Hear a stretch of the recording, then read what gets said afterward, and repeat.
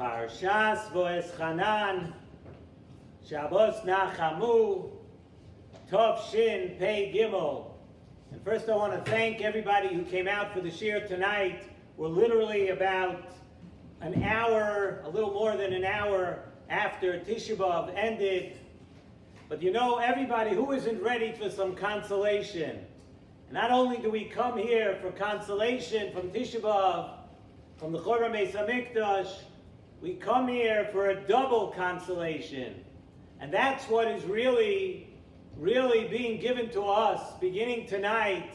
Nachamu, Nachamu Ami, Yoimar Eloi Keichem. That's the Haftarah of this week, which we're mamish going to lane in another day or two. It doesn't happen very often that Motzoi Tisha B'Av, it's been a little while since Motzoi Tisha B'Av has been on a Thursday night. The last few years have been Shabbos and Sunday. And we come out here and in grand Bikur Cholim style, of course, there's a beautiful Tayamel plus here tonight.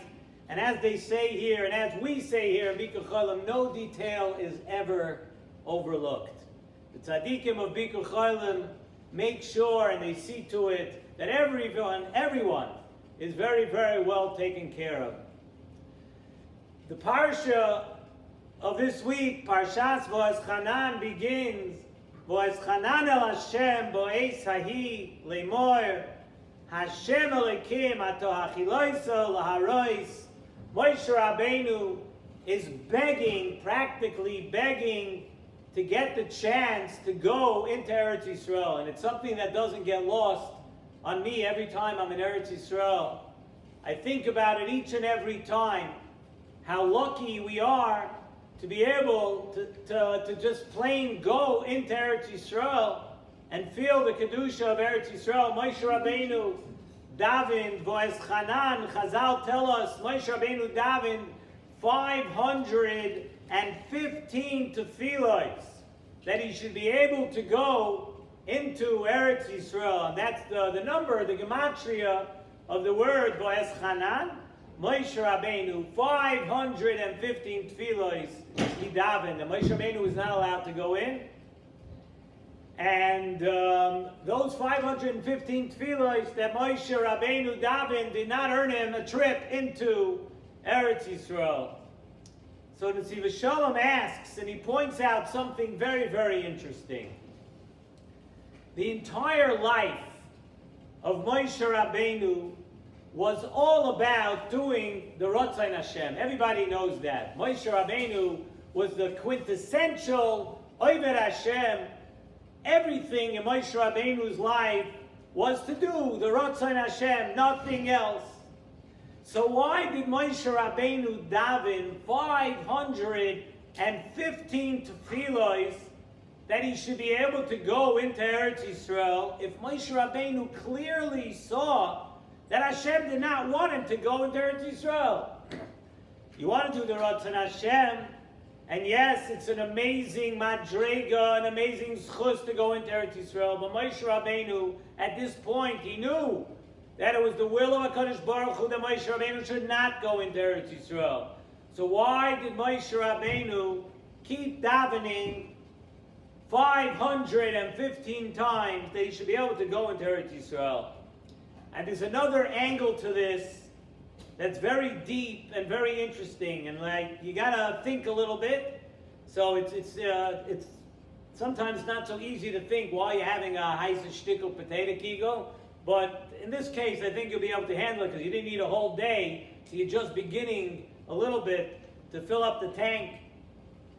It's brought down by the Or Chaim, the Sefer Proshas Drachim, and other Sforim Hakdoshim too, that had Moshe Rabbeinu gone into Eretz Yisrael, if Moshe Rabbeinu was Zoichet to go into Eretz Yisrael, and he would have built the Beis HaMikdash, it is brought down that it would not have ever been possible for the Beis HaMikdash to be destroyed. We would have had the Tikkun Gomor of the world, and the Beis HaMikdash, it would have been impossible for the Beis HaMikdash to be destroyed. And when Klal Yisrael, unfortunately, would have done Aveiros, Hashem would have had no choice. Hashem would not have been able to punish us by destroying Eitzim Va'avonim, wood and stones. We would not have been able to be punished by taking down the physical aspect of the Beis HaMikdash. And Chas v'Shalom, it would have been taken out on the people of Klal Yisrael. Chas v'Shalom. And that's what would have been had Moshe Rabbeinu gone into Eretz Yisrael. And we have to assume that Moshe Rabbeinu knew this cheshbon too. If the Sforim HaKdoshim knew it, Moshe Rabbeinu knew it. And if Moshe Rabbeinu knew that it would have to be taken out on Klal Yisrael and not on the Eitzim Va'avonim of the Beis HaMikdash when they did Chatoim in future generations, why was Moshe Rabbeinu, once again, the same big question, why was Moshe Rabbeinu begging to go into Eretz Yisrael? It would have been detrimental in the future to Klal Yisrael. Another question is asked in Nesivos Shalom, that the Pasuk tells us that Moshe Rabbeinu, when he was asking to go into Eretz Yisrael, Moshe Rabbeinu asked, Ebrona, allow me to go into Eretz Yisrael, ve'eres ha'oretz ha'toiva, to see this good land, ha'hor ha'toiv, ha'hor ha'toiv hazeh v'halvonoi. Chazal tell us that ha'hor ha'toiv is referring to what the Moshe Rabbeinu want to see. Ha'hor ha'toiv is referring to Yerushalayim. And halavonoim is referring to the Beis HaMikdash. So the question is, a side question to the theme that we've been asking on, why did Moshe Rabbeinu single out Yerushalayim and the Beis HaMikdash? To explain all of this, the Nesivos Shalom says that we need to understand something very, very important over here. And it's a fundamental thing that we need to understand. That when HaKadosh Baruch Hu, when there's a gezerah on a person, the gezerah, any gezerah on a person can come from two different places. There's a gezerah that comes from the Midas HaGvura, when it comes, Chas v'Shalom, to punish a person. But a gezerah on a person can also come many times from Midas HaChesed. And where it can seem like a gezerah, like, oh, this is a terrible thing, it's the worst thing to ever happen to me, to another person, where it seems like a gezerah, it is really a tremendous chesed and for the good of a person. And you know, most people can look back in their lives, no matter how old you are, whether you're 10, 20, 30, 40, 50, 60, or more, till 120, most people can find many instances in their lives where they were sure that this is a gezerah, it's a terrible thing for me. I didn't get into this yeshiva, I didn't get into this place, they didn't accept me here, this didn't work out, this person said this about me, he bothered me, my neighbor, my this, my that. You think that you're having tremendous tzaros, but when you look back a couple of years later, you start to think, where would I be had HaKadosh Baruch Hu not done this to me? Where would I be had I not been in that place, and then I met this person and that person, and this worked out, and I found this job, and I met this person? It happens so often that what seems like a gezerah, something which is negative for the person, it turns out that it's from the tremendous midas hachesed of HaKadosh Baruch Hu to help you out. But at the time, we don't understand the ways of HaKadosh Baruch Hu. The chesed is just hidden. In our parsha, the fact that Moshe Rabbeinu did not go into Eretz Yisrael, we know and we mentioned was for the benefit of Klal Yisrael.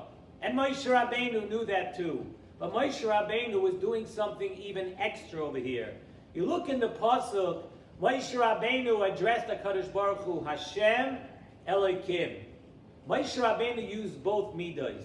The midas HaGvura, the midas Hadin, and he used the Lashon of HaKadosh Baruch Hu of the midas HaChesed. Midas HaChesed and midas Hadin together. And Moshe Rabbeinu was saying that even if it's for the good of Klal Yisrael in the future, I'm still asking you, HaKadosh Baruch Hu, because you can do anything, you can go above that. That even if it is for the Toivas Yisrael, Hashem, you could do anything and make it good.